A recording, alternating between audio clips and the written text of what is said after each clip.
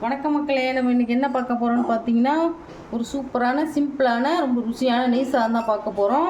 அதுக்கு பாருங்கள், ஒரு சின்ன துண்டு பட்டை, ஒரு அன்னாசி பூ, 2 ஏலக்காய்,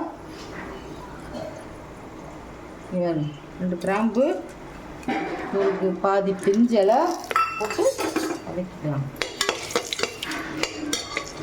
அதுக்கு 2 காரத்துக்கு தேவையான ஒரு 3 பச்சை மிளகா.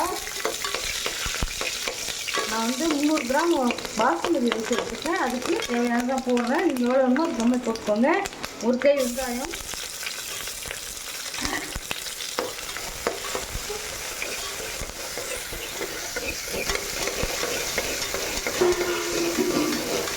நான் நெய் தான் ஊற்றிருக்கேன், எண்ணெய் ஊற்றலை, வெறும் நெய் தான். நான் 50 கிராம் நெய் ஊற்றிருக்கேன். நீங்கள் பட்டர் கூட சேர்த்துக்கலாம். நெய்லேயே செஞ்சோம்னா நல்லா டேஸ்ட்டாக இருக்கும். பிரியாணிக்கெல்லாம் அதிகமாக நெய் சேர்த்தாங்கன்னா நல்லாயிருக்கும். ஏன்னா நெய் பாதி எண்ணெய் பாதி கூட சேர்த்துக்கலாம். நான் வெறும் நெய் தான் 50க்கு மேலே சேர்த்துட்டேன். 300 கிராம் பாசுமதி ரைஸை நான் 10 நிமிஷம் ஊற வச்சு வச்சுருக்கேன். அதுக்கு ஒரு 150 கிராம் பெரிய வெங்காயம்,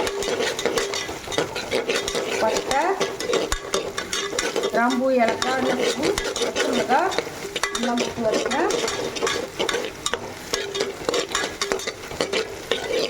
பாருங்கள், அது சும்மா கண்ணாடி பதம் வந்தால் போதும், ரொம்ப போகணும் வரணும் அவசியம் இல்லை. இப்போது பாருங்கள், நான் புதினாவை ஆஞ்சி காய வச்சுருக்கேன். அதை நான் கொஞ்சம் போடுறேன். நல்ல ஃப்ளேவர் வரும். வீணாக கெட்டு போகாமல் இருக்கும். அந்த மாதிரி காய வச்சு நம்ம ஃப்ரிட்ஜில் வச்சுருந்தோம்னா அப்படியே இருக்கும் வருஷம் ஆனாலும். அது போடுறேன். 2 கொத்து கருவேப்பிலை போடுறேன். இதுக்கு தேவையானது தான் தூள், மஞ்சள் தூள், மிளகாய் தூள், மல்லி தூள், இதெல்லாம் தேவையே இல்லை.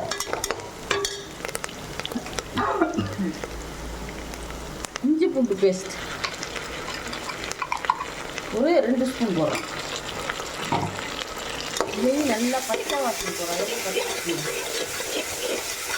வாசனை அருமையாக இருக்குது.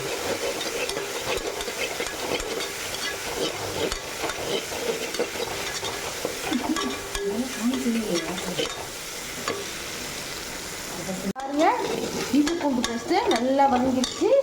இப்போ என்ன பண்ணுறோம், 2 ஸ்பூன் கெட்டி தயிர்,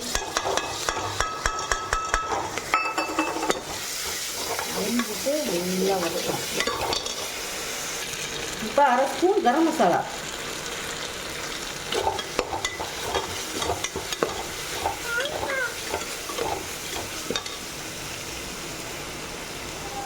இப்போ பாருங்கள், நான் இந்த டம்ளரால் 2 டம்ளர் பாசுமதி ரைஸ் எடுத்துருக்கேன். அதுக்கு 4 டம்ளர் தண்ணி ஊற்றுறேன். இப்போ பாருங்கள், பிரியாணிக்கு தண்ணி நல்லா கொதி வந்துடுச்சு. இப்போது தேவையான அளவு உப்பு போட்டுக்கலாம். கல் உப்பு தான் நான் போடுறேன். அடுத்தது நான் 10 நிமிஷம் ஊற வச்சுருக்கிறேன் பிரியாணி பாசுமதி அரிசியை நான் போடுறேன்.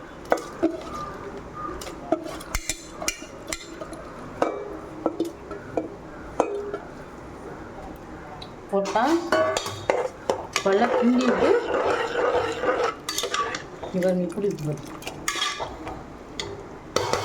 இப்போ மூடி வைப்போம். இப்போ பாருங்கள், நான் ரைஸ் போட்டு தண்ணி எப்படி வெத்திருச்சு பாருங்கள். இந்த ஸ்டேஜில் நான் மூடியை போட்டு விசில் போட்டேன். நான் இன்னொரு இடத்துல நான் இரும்பு தோசைக்கல் நான் இதுக்குன்னே வாங்கி வச்சுருக்கேன் தம்பில் போடுறதுக்கு. அதை சூடு பண்ணி நான் வச்சுருக்கேன். இதை இந்த குக்கரை தூக்கி இந்த தோசைக்கல்லில் வச்சு ஒரு 15 நிமிஷம் கழித்து பார்த்தோம்னா நல்லா பழன்னு இருக்கும். அப்போ நான் திறந்து காட்டுறேன். அப்போ பார்ப்போம். குக்கரை திறந்து பார்க்குறேன்.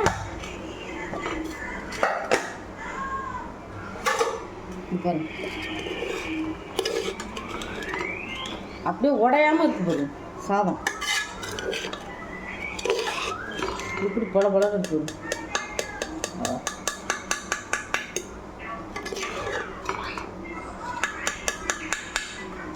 இதிலே நம்ம மஷ்ரூம் போடலாம், பன்னீரை பொரிச்சு போடலாம். நான் ப்ளைனாக தான் பண்ணியிருக்கேன். நான் அடுத்த வீடியோவில் அது மாதிரி பண்ணி காட்டுறேன். இப்போ அடுப்பு ஆஃப் பண்ணிடலாம்.